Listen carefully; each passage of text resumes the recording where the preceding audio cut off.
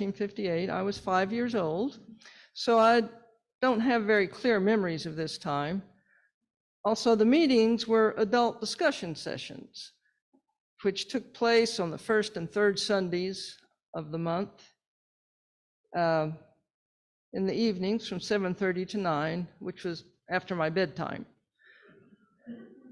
So fortunately, my mother took notes of the earliest meetings like a secretary, and I can share some of them with you. And here is the original charter. In May 25, 1958, 6 present. Met at the house of John and Marjorie Idle. There's my mother, and here's John and Marjorie Idle. And I have to say that these photographs are courtesy of the W.L. Urey Appalachian Collection at ASU. John and Marjorie were students at Appalachian State, and Appalachian State Teachers College, as it was known then. John subsequently became an expert on Nathaniel Hawthorne. He would dress up like him. He was head of the Nathaniel Hawthorne Society. I think he started the Nathaniel Hawthorne Society. And there are pictures of that, but I was unable to lay my hands on one, and I am sorry, because that would be a good picture. After graduation, they left Boone, but they maintained ties, and their funerals were held in this very room. And what took place on May 25, 1958 was Jim Caldwell told of churches he has visited in North Carolina and other states, their problems, ways of organization, programs, etc. June 15th, 1958, 7 present. Met at the home of Frank and Lyra Randall.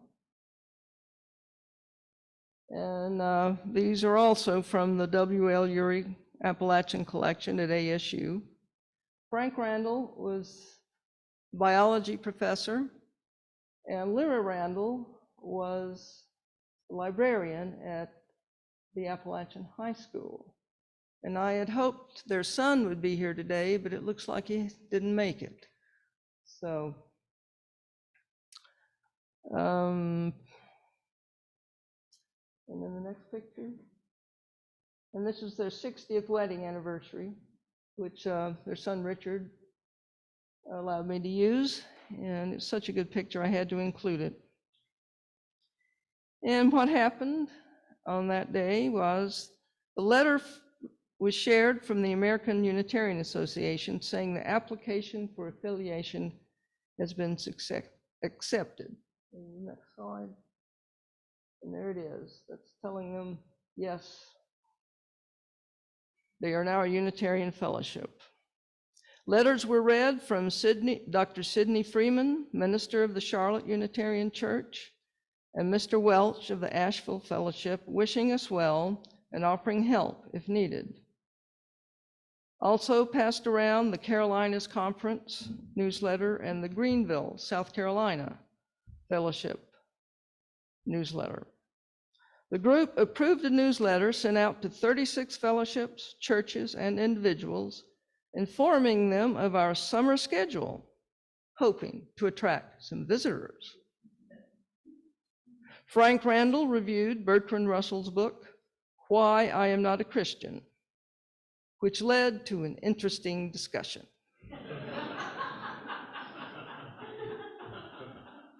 Collection, $3.39.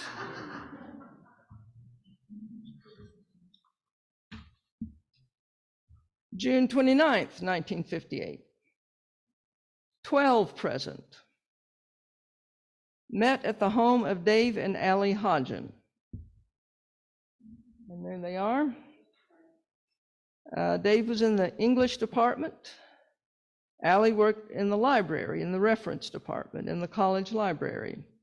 And that's my brother and me on the laps.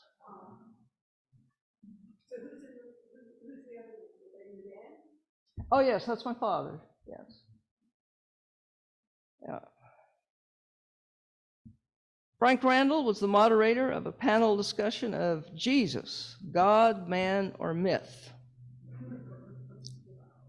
Each person present evaluated his own position on the 7-position scale, and the group as a whole, according to Jim Caldwell's calculations, was between the 5th and 6th positions, indicating a rather liberal group,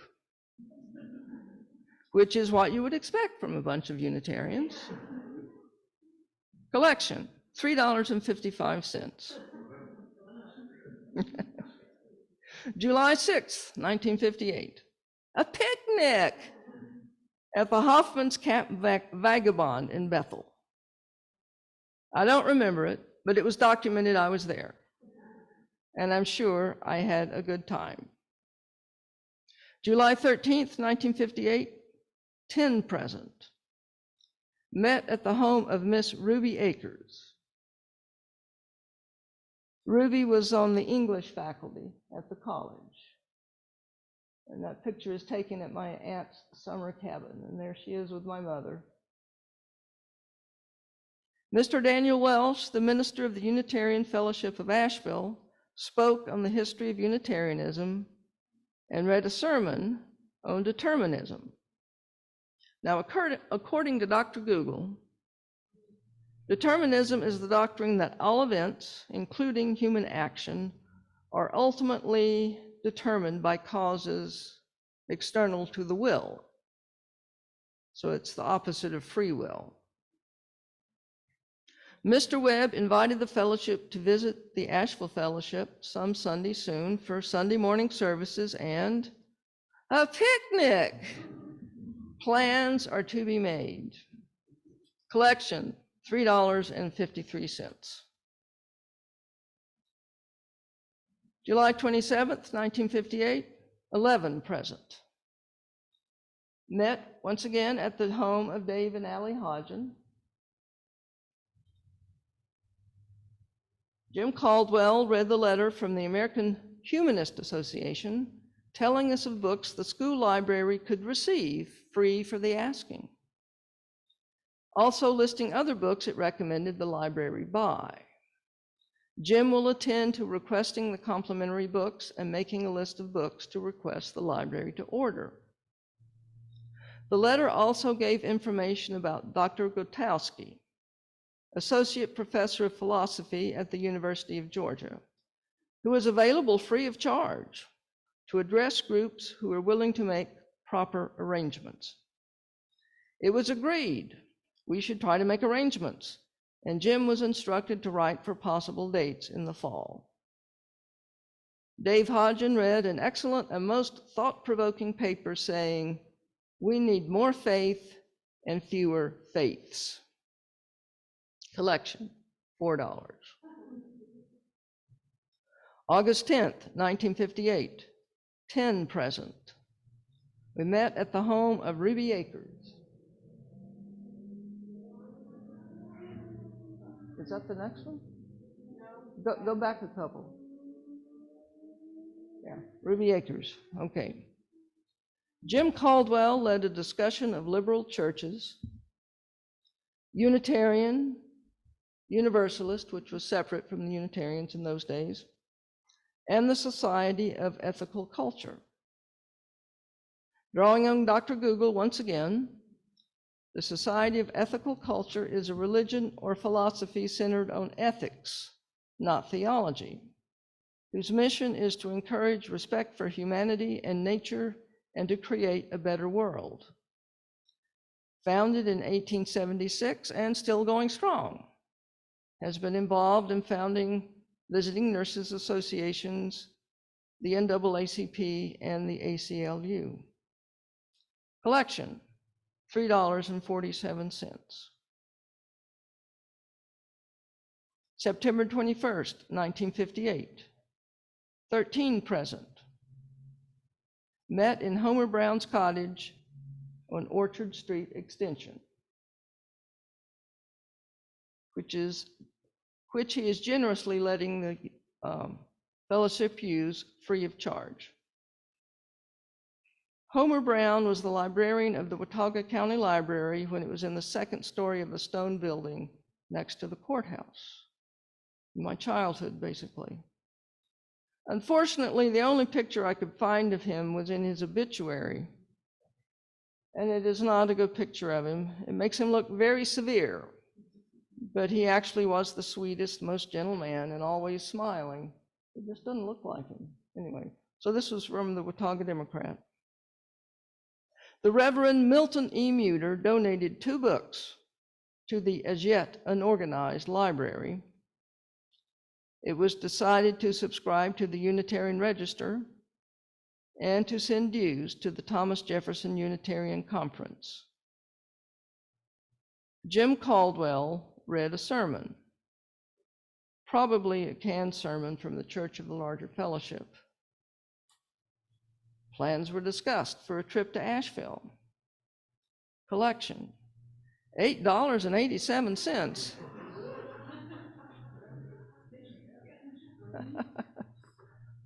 Perhaps that was due to they had a visitor of the Reverend Milton E. Muter. September 28th, 1958.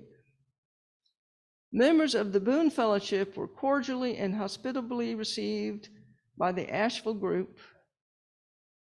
All enjoyed Mr. Welsh's sermon and the fellowship of the picnic. Now I may not remember this particular picnic, but I remember going to Asheville for their picnics more than once. And my memory is, well, I'm sure they were held in this field. The picnic was, I'm not quite sure about the services, but when I lived in Asheville later, some years later, I attended services at this Unitarian church, which I recognized was built in the field that I used to go for the picnic. So it was that congregation. October 5th, 1958, 17 present, met at the Brown Cottage. Dr. Sidney L. Freeman, minister of the Charlotte Unitarian Church, was guest speaker. He gave a sermon on salvation. A lively discussion followed. Collection, $8.79. And that is what I have from 1958. I don't have anything from 1959, but I do have an announcement from October of 1960. The Unitarian Fellowship of Boone is in business. At least it's had a business meeting and is getting primed for another year of lively discussions of one sort or another. And this would imply they didn't meet in the summer. Perhaps it isn't exactly appropriate to begin the new year with this particular subject matter, but Sunday night, Sophie Willliams will conduct the program, and the subject title will be, Is Death the End? It would be impossible to find a subject that applies more universally. Was birth the beginning might possibly apply as universally, but not more so. Who wants to conduct a discussion on that subject? And there's my father, and he's grilling chicken there, and only my father would grill chicken with a bow tie on. Now, my memory, such as what can be reconstructed 60 plus years later, is that the Boone Unitarians, or perhaps just my family, joined the Catawba Valley Unitarian Fellowship in Lenoir for their summer meetings, which were picnics. One of the members had a swimming pool. At least one member had a membership in the Hickory Country Club, and we were guests a few times. I think we did that for a couple of years before we started going to Sunday services. Around 1961, when my brother was in first grade, our family joined the Unitarians. Our family, and perhaps other Unitarians from Boone, started attending services at the Catawba Valley Unitarian Fellowship, and that was in Lenoir. I'm not sure why we joined them for summer picnics a couple of years before attending Sunday services, but I suspect they weren't set up to have children below the age of 6 in Sunday school. That would be my suspicion, but I don't know, don't really remember. We met in a 2-bedroom house, in Lenoir, in a working class neighborhood, and that was some children in the yard there. And here are the people from Boone who were driving to the fellowship at that time. My mother's in the front, on the front left, and I am the second from the right with the long hair. So I don't think we were real popular in the neighborhood. Our next door neighbor made a point of sitting on his front porch and cleaning his shotgun when we met.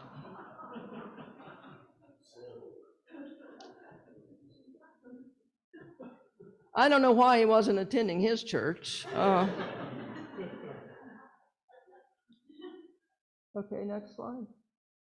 And here's the room where the adult services were held, and there's my father in the center there. And the next slide. And here are the children in the Sunday school room before the dedication service. As Unitarians, we don't get baptized or confirmed, but someone thought we should be dedicated. So there we are. Both my brother and I are in this picture, and the little girl in the bottom row on the right is Candy Orth. Next picture. This is Bill Orth and Benny. Bill Orth, Candy's father, was married to Jan Orth. Candy was my age, and we had good times in the church and at other Unitarian gatherings, particularly attending the Summer Institute. We lost touch with the Orths when we stopped going to church down the mountain. But in the 1990s, Jan came to visit my mother. She was no longer married to Bill and was now Jan Karen. Next slide. She gave Mom a copy of a book she had written at home in Mitford about an Episcopalian rector who lived in a town very much like Blowing Rock. Some of you may have heard of her. She has now written several books about Mitford, and apparently she is now Episcopalian. But we knew her when she was Unitarian.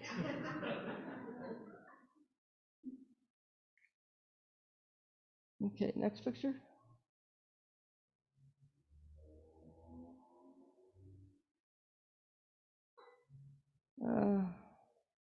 Is there a picture? There we go. Along with other members of the Catawba Valley Unitarian Fellowship and other Unitarians, we visited the Penn Center in Frogmore, South Carolina, several times. And the Penn Center was a school established by Quakers in the Civil War and has been used as a retreat in recent years, including by Martin Luther King Jr. Us kids were fascinated by the Spanish moss.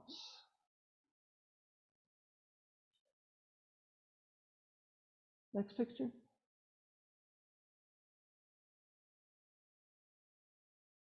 While at the Penn Center, the children of the Catawba Valley Fellowship visited an old fort nearby and had fun climbing around. For years, I thought it was a Civil War era fort, but now I realize it's made of concrete. So it's probably not that old. Maybe it's not even a fort. But we had fun.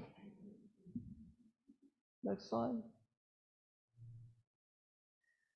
We also visited the first Unitarian church in the South, in Charleston, South Carolina. It was locked, so we couldn't go inside. But we were there. Next picture. As a family and with others in the congregation, we attended the Summer Institute, which I believe is the forerunner of SUSE, at the Blue Ridge Assembly in Black Mountain, North Carolina. Next picture. And there were still picnics. At some point, perhaps 1967 or 1968, the Catawba Valley Fellowship moved lock, stock, and barrel to Hickory. So we drove to Hickory on Sunday mornings.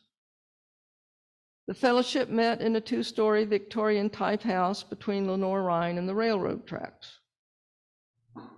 I asked Mom later why they moved. She said most of the members at that point lived in Hickory, so it made sense. Don't know whether the man with the shotgun had anything to do with it or not. I learned years later that the father of Aldrich Ames,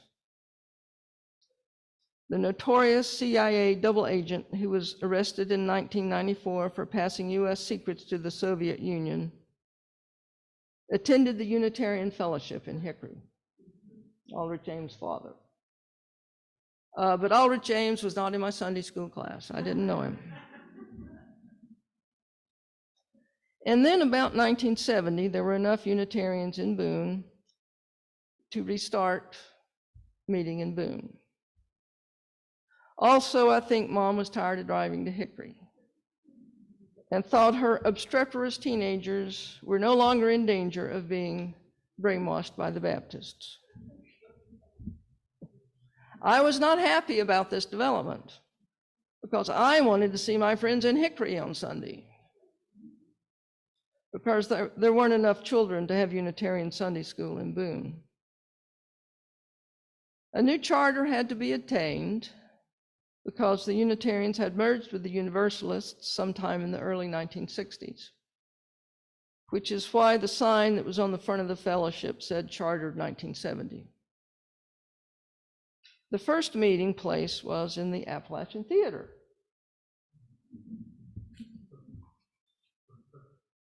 I graduated from high school in 1971 and left Boone. When I came home to visit, sometimes I would accompany Mom to the fellowship. The times I visited, we met in the Wesleyan Center next to the old Methodist Church, which is now the Turchin Center. Shirley Gaines came to Boone in 1973. I knew her and her daughters from the Unitarian Summer Institute. Then Ben Edwards came to Boone in about 1975 and married Shirley, and between them they served the fellowship for 50 years. Ben told me once all the places the fellowship used to meet before we had a building of our own, and it was a long list. But according to Phoebe, who was attending on Zoom, we had the Founders House in 1982 when she became involved in the fellowship. And so for further history, we have to have Phoebe give a program. Okay, this is my mother's college roommate, Beverly, and her husband, Jim. And Mom and Beverly came to Unitarianism at the same time, though separately. And they were active, Jim and Bev were active in the Mount Vernon Unitarian Universalist Church in Alexandria, Virginia for many decades, and also active in PFLAG. And Unitarians being a peripatetic bunch, I thought maybe some of you had been to the Mount Vernon Unitarian Church and met my mother's old roommate. So, any questions?